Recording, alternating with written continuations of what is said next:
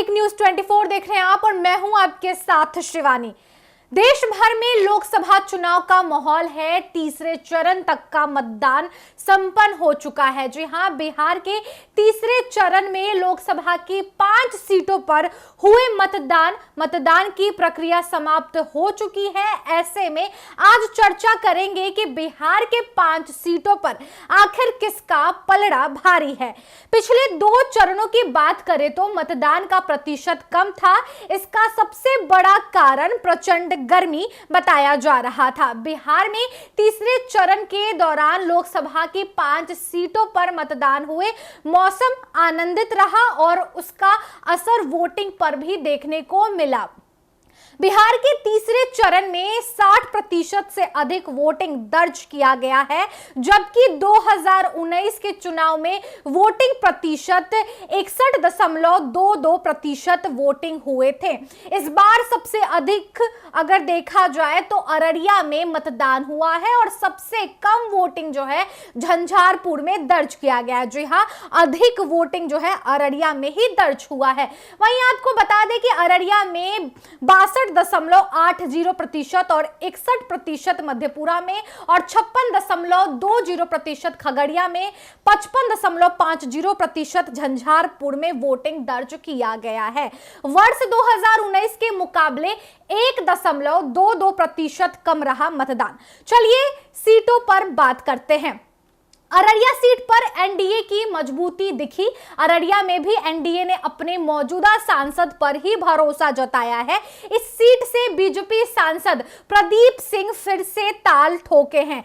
उनके सामने है महागठबंधन की ओर से आरजेडी के शाहनवाज आलम। अररिया एक ऐसी सीट है जहां हिंदू और मुस्लिम वोटों का ध्रुवीकरण देखने को मिलता है। मुस्लिम वोट बैंक में भी डिवीजन नहीं है यहां, जिनके चलते लड़ाई वहां पर टक्कर की देखी जा रही है। बता दें आपको कि 7.30 लाख मुस्लिम है तो 2 लाख यादव वोटर हैं। आरजेडी के शत्रुघ्न मंडल निर्दलीय उम्मीदवार के तौर पर मैदान में हैं, जो इंडिया गठबंधन का खेल बिगाड़ रहे हैं। मुस्लिम यादव समीकरण के सहारे राजद 2014 लोकसभा चुनाव और 2018 में हुए उपचुनाव की तरह बड़ी जीत हासिल करने की कोशिश में है। 2019 में बीजेपी ने इस सीट से सेंधमारी की और प्रदीप सिंह चुनाव जीत गए। जी हां, पिछले चुनाव में इन्हें 6,18,400 वोट मिले थे। इस सीट पर प्रदीप सिंह की यह दूसरी जीत थी। इससे पहले वो 2009 के लोकसभा चुनाव जीत चुके हैं। अब हवा का रुख भाजपा के प्रत्याशी की ओर ही है। प्रदीप अररिया से तीसरी बार सांसद बन सकते हैं। जी हां, आपने सही सुना, बन सकते हैं। दोनों ही प्रत्याशियों को अपने ही लोगों ने भीतर घात का सामना करना पड़ रहा है। इसका असर इनके वोट पर पड़ेगा। चलिए सुपौल पर आते हैं। सुपौल में भी अनुभव बनाम फर्स्ट टाइम की लड़ाई है। यहां से एनडीए ने जेडीयू के मौजूदा सांसद दिलेश्वर पर भरोसा जताते हुए उन्हें फिर से चुनावी मैदान में उतारा है। तो महागठबंधन ने, अगर आपको बताएं तो महागठबंधन ने चंद्रहास चौपाल पर दाव लगाया है। जी हां, सिंहेश्वर से विधायक चंद्रहास चौपाल पहली बार लोकसभा चुनाव लड़ रहे हैं।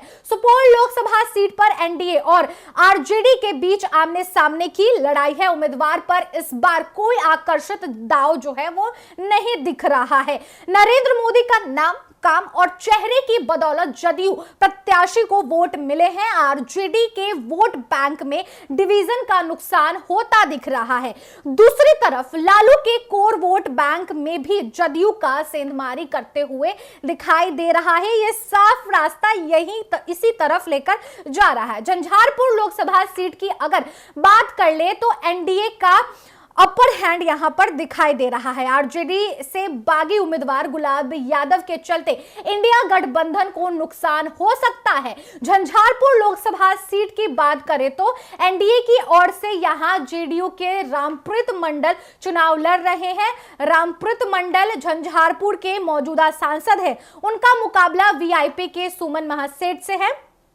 सुमन महासेठ पूर्व विधान पार्षद हैं और विधानसभा का चुनाव भी लड़ चुके हैं। वहीं पर खगड़िया में मुकाबला दिलचस्प है। यहां से इंडिया की ओर से अगर आपको बताएं, सॉरी माफ कीजिएगा, पहले अगर आपको बताएं तो एनडीए की ओर से यहां पर एलजेपीआर से राजेश वर्मा ने अपना कहीं ना कहीं दबदबा दिखाया है, अपना उम्मीदवार उतारा है। वहीं पर राजेश वर्मा सिर्फ 31 साल के ही हैं। जी हां, आपको बता दें कि 31 साल के राजेश वर्मा ने यहां पर चुनावी ऐलान करते वक्त कहा था कि जीत उनकी ही पक्की होने वाली है। वहीं महागठबंधन की ओर से सीपीएम के संजय कुमार ताल ठोक रहे हैं। संजय कुमार भी पहली बार ही लोकसभा का चुनाव लड़ रहे हैं। नरेंद्र मोदी के चेहरे और काम के बदौलत एनडीए उम्मीदवार जीत सकती है यहां से। जी हां, बता दें आपको कि ये तमाम चीजें यहां पर देखने को मिल रही है। इनके खिलाफ कोई एंटी इनकम्बेंसी फैक्टर मिलता फिलहाल तो नहीं दिख रहा है, इसलिए कि एनडीए में नए चेहरे पर दांव लगाया है। खगड़िया लोकसभा सीट पर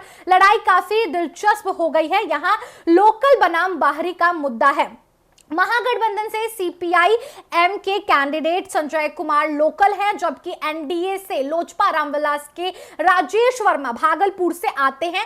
इस मुद्दे पर पीएम मोदी का चेहरा भारी पड़ सकता है। जी हां, हर साल बाढ़ से तबाही वाले इलाके में यहां पर जो फैक्टर है, लोग विकास का मुद्दा भूल मोदी की गारंटी पर ही बात कर रहे हैं। जातीय समीकरण में तो दोनों दलों के कैंडिडेट का वोट बैंक लगभग बराबर है, लेकिन मोदी के चेहरे पर एनडीए कैंडिडेट यूं कहें तो बाहरी होने के बाद भी चुनाव रण में जीत सकती है, बाजी मार सकती है। जी हां, आपको बता दें कि यहां फैक्टर वाली लहर का असर है। वहीं पर मधेपुरा में अगर जंग देखें तो अनुभव के सामने एक नया चेहरा है। जहां तक मधेपुरा लोकसभा सीट का सवाल है तो यहां पर दो यादव उम्मीदवार के बीच में मुकाबला है। जदयू के दिनेश चंद्र यादव अनुभवी नेता हैं और सांसद भी हैं।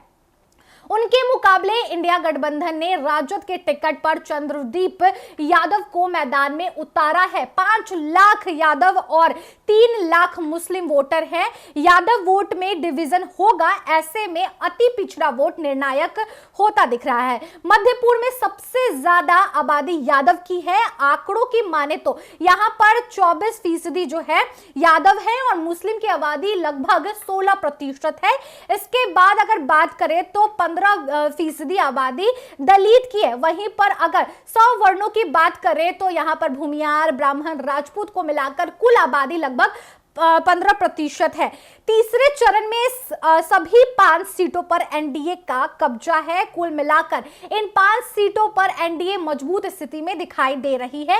अधिक वोटिंग होना एनडीए नेताओं में कहीं ना कहीं खुशी की लहर दौड़ रही है, दिखाई भी दे रही है। 4 जून को नतीजे आएंगे और जनता ने किसके सिर जीत हार सौंपा है यह भी 4 जून को देखने को मिलेगा। ईवीएम जब खुलेगा तो पता चलेगा कि किसकी जीत होगी, किसकी हार होगी।